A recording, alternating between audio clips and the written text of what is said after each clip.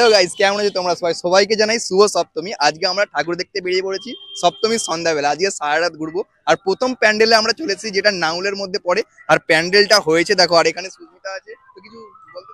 এটা নাউলহাটের ফার্স্ট প্যান্ডেল। তো এখানে থিমটা হয়েছে খুবই সুন্দর, মানে যেটা ধীরে ধীরে হারিয়ে যাচ্ছে, মানে তাঁত শিল্পী সেটার উপরে এই থিমটা করেছে। চলো এখন আমরা ভেতরে যাব আর তোমাদের গোটা প্যান্ডেলটা দেখাবো, আসো। দেখো কতটা সুন্দর এখানে কারুকার্য করা আছে, গামছা দিয়ে তৈরি হয়েছে পুরো সেটটা।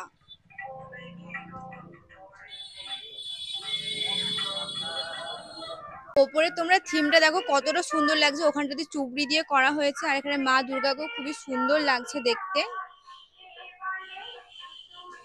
তো চলো আমরা এবার নেক্সট প্যান্ডেলের উদ্দেশ্যে যাই।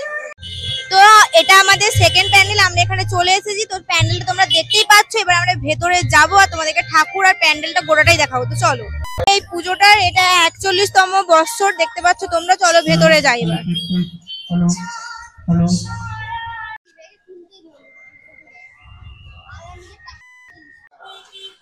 তো এটা আমরা থার্ড প্যান্ডেলে চলে এসেছি, তোমরা দেখতে পাচ্ছ। এই প্যান্ডেলটা শিব ঠাকুর করেছে। প্যান্ডেলের ভেতরটা চলো দেখি। আর ওখানে মানে প্যান্ডেলের গেটের সামনে শিবলিঙ্গ একটা খুব বড় হয়েছে। তো চলো আমরা এবার ভিতরে প্রবেশ করি, এসো। তো এখানে ঠাকুরটা দেখতে পাচ্ছ কত সুন্দর হয়েছে, বেলে মাটির মতো লাগছে ঠাকুরটাকে দেখতে, খুবই সুন্দর লাগছে। তো প্যান্ডেল থেকে বেরিয়েই প্রথমে আছে শীতলা দেবীর মন্দির, তার পাশেই আছে মানে শিব ঠাকুরের মন্দির। তো দেখো কত সুন্দর লাগছে দেখতে। আর আর আজকে কিন্তু ও বলেছে আমি পুরো ব্লগটা করবো, তাই আজকে পুরো ব্লগটা তুমি পারবে তো ব্লগ করতে? অবশ্যই পারবো। ও সবসময় আমাকে বলতে থাকে আমি ব্লগ করি না বা করতে পারি না। আমি তো বলছি আজকে পুরো মানে ব্লগটা আমি কভার করবো, দেখা যাক। তো এটা নুনঠের পরেই একটা রোডের সাইডের প্যান্ডেল। আর এখানে থিমটা করেছে যে মোবাইল ছাড়া আমরা আধুনিক মানুষের লোকেরা একটা মুহূর্ত চলতে পারি না, তো সেটাই এখানে তুলে ধরা হয়েছে। তো দেখো তোমরা, এটা দেখেই বুঝতে পারছো খুব সুন্দর হয়েছে। একটা ইউনিক চিন্তাধারা, মানুষের মধ্যে চেতনা জাগানো, যাতে মানুষ একটু ইন্টারনেট থেকে বেরিয়ে আসে, সেই কারণে। চলো ভেতরে যাই।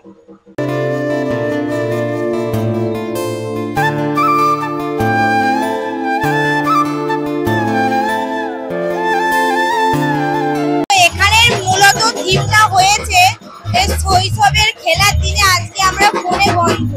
তো দেখো তোমরা, থিমটা কতটা সুন্দর হয়েছে। বন্দি মানুষ, মুক্ত পাখি। মায়ের আরতি শুরু হয়ে গেছে, মায়ের আরতি তোমরা দেখতে থাকো।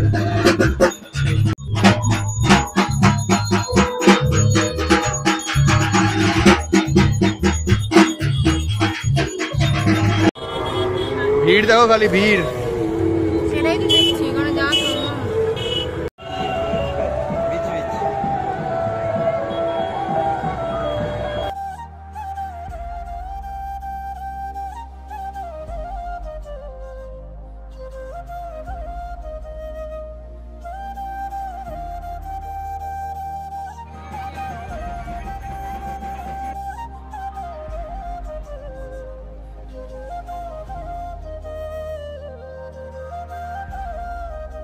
তো বাগনানে তো অনেক ঠাকুর দেখলাম, এখন বাইক রাইড করে আমরা চলে এসেছি মানে হচ্ছে কোলাঘাটের ব্রিজে। আর ওদিক থেকে একটা ট্রেন যাচ্ছে, জাস্ট তোমরা ভিউটা দেখো। জাস্ট অন্ধকার ব্রিজের উপর দিয়ে ট্রেনটা যাচ্ছে, কত সুন্দর লাগছে দেখো। জাস্ট ওয়াও লাগছে, মানে দারুণ লাগছে দেখতে, ঠিক আছে।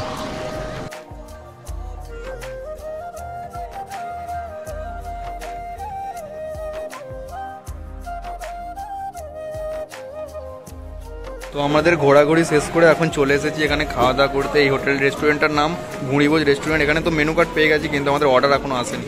আজকে এত ভিড় হয়েছে যে অর্ডার কখন আসবে তার কোনো ঠিকই নেই। আর এখানে সুস্মিতা বসেছে, এখানে আমি আছি, আর এখানে ভাই আছে।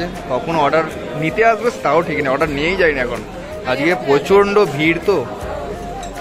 তো জাস্ট আমাদের অর্ডার দেওয়ার 30 মিনিট পর খাবার আসলো। সুস্মিতা নিয়েছে মানে বিরিয়ানি নিয়েছে, ও হচ্ছে রুমালি রুটি খাবে না। আর আমি আর ভাই নিয়েছি চিকেন চাপ আর রুমালি রুটি। এখন প্রচণ্ড খিদে পেয়েছে, তো কিছু বলো। হ্যাঁ, সত্যি কথা বলতে প্রচুর খিদে পেয়েছে। চলো এখন তাদের